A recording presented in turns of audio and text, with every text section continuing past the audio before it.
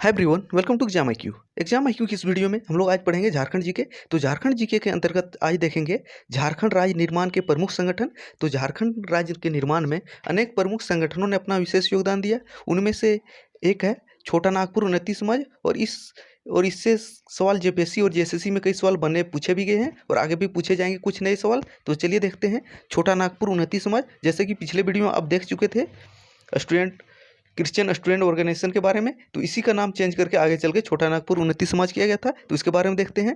तो छोटा नागपुर उन्नति समाज, तो सबसे पहला सवाल आता है तो इसकी स्थापना कब हुई थी। तो छोटा नागपुर उन्नति समाज की स्थापना 1915 में हुई थी। तो बिशप केनेडी के सुझाव पर 1915 में क्रिश्चियन ऑर्गेनाइजेशन का नाम बदल के छोटा नागपुर उन्नति समाज कर दिया गया। तो जो छोटा नागपुर उन्नति समाज है यह पहले किसका भाग था? क्रिश्चियन स्टूडेंट ऑर्गेनाइजेशन का ही भाग था, जो 1915 में बिशप केनेडी के सुझाव पे इसका नाम बदल के छोटा नागपुर उन्नति समाज कर दिया गया।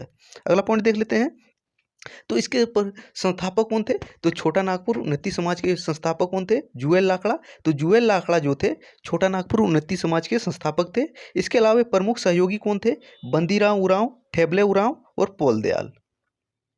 अगला पॉइंट देखते हैं। तो छोटा नागपुर उन्नति समाज का उद्देश्य क्या था? तो इसका उद्देश्य था छोटा नागपुर की प्रगति, और दूसरा क्या था? तो आदिवासी जन समुदाय में सामाजिक, राजनीतिक व आर्थिक सुधार करना। तो छोटा नागपुर उन्नति समाज का मुख्य दो उद्देश्य था। तो छोटा नागपुर की प्रगति और आदिवासी जन समुदाय के सामाजिक, राजनीतिक व आर्थिक सुधार। और शुरुआत में छोटा नागपुर उन्नति समाज में केवल इसके सदस्य कौन हो सकते थे? केवल आदिवासी ही इसके सदस्य हो सकते थे। तो सदस्य केवल आदिवासी ही हो सकते थे। और इसका प्रमुख कार्य क्या था? और ये सवाल पूछा भी गया है कई एग्जाम में। तो दिसंबर 1928 साइमन कमीशन को ज्ञापन कहाँ पे सौंपा था? रांची में।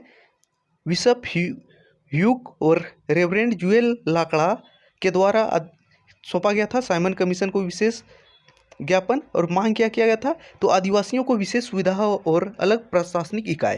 तो छोटा नागपुर उन्नति समाज के द्वारा आदिवासियों के लिए विशेष सुविधा और अलग प्रशासनिक इकाई की मांग कब उठाई गई थी? 1928 में। किसके समक्ष? साइमन कमीशन के समक्ष। और इस ज्ञापन कहाँ पे सौंपा गया था? रांची में। और ज्ञापन सौंपने वाले प्रमुख व्यक्ति कौन थे? बिशप ह्यूक और रेवरेंड जुएल लाकड़ा। तो इससे क्या क्या सवाल बनते हैं? तो छोटा नागपुर उन्नति समाज पहले किसका भाग था?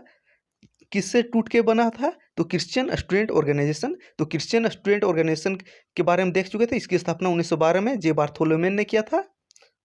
लेकिन जे बार्थोलोमेन को इस संगठन से अलग कर दिया गया था 1915 में। इसके बाद इस संगठन का नाम बदल के छोटा नागपुर उन्नति समाज कर दिया गया। किसके सुझाव पे किया गया था? यह भी सवाल महत्वपूर्ण है। तो बिशप केनेडी के सुझाव पे। तो इससे 3 सवाल इस पेज से बन रहे हैं। कौन कौन? तो छोटा नागपुर उन्नति समाज की स्थापना कब हुई थी? 1915 में।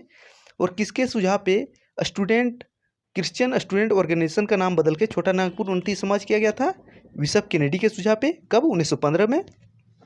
और छोटा नागपुर उन्नति समाज किसका टूटा हुआ भाग था है? यानी कि क्रिश्चियन स्टूडेंट ऑर्गेनाइजेशन का। अब अगले इस पेज से प्रमुख सवाल क्या बनेंगे? तो इसके संस्थापक कौन थे? तो छोटा नागपुर उन्नति समाज के संस्थापक कौन थे? जुएल लाकड़ा। और इसके अलावा प्रमुख सहयोगी कौन थे?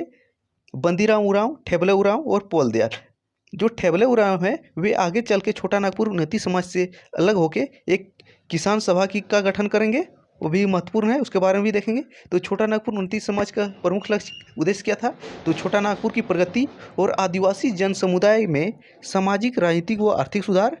और इसके सदस्य कौन हो सकते थे? गैर आदिवासी नहीं हो सकते थे, केवल और केवल आदिवासी हो सकते थे। और उसने साइमन कमीशन को ज्ञापन कब सौंपा था? 1928 में। कहाँ पे सौंपा था? रांची में। किसने किसने सौंपा था? बिशप ह्यूक और रेवरेंड जुएल लाकड़ा ने। और मांग क्या किया था? आदिवासी को विशेष सुविधा और अलग प्रशासनिक इकाई। तो ये थे छोटा नागपुर उन्नति समाज। और इससे बनने वाले कुछ महत्वपूर्ण सवाल, इनमें से कई सवाल जेएसएससी और जेपीएससी के एग्जाम में पूछे गए हैं और आगे भी पूछे जा सकते हैं। तो थैंक्स फॉर वॉचिंग। मिलते हैं अगले टॉपिक में।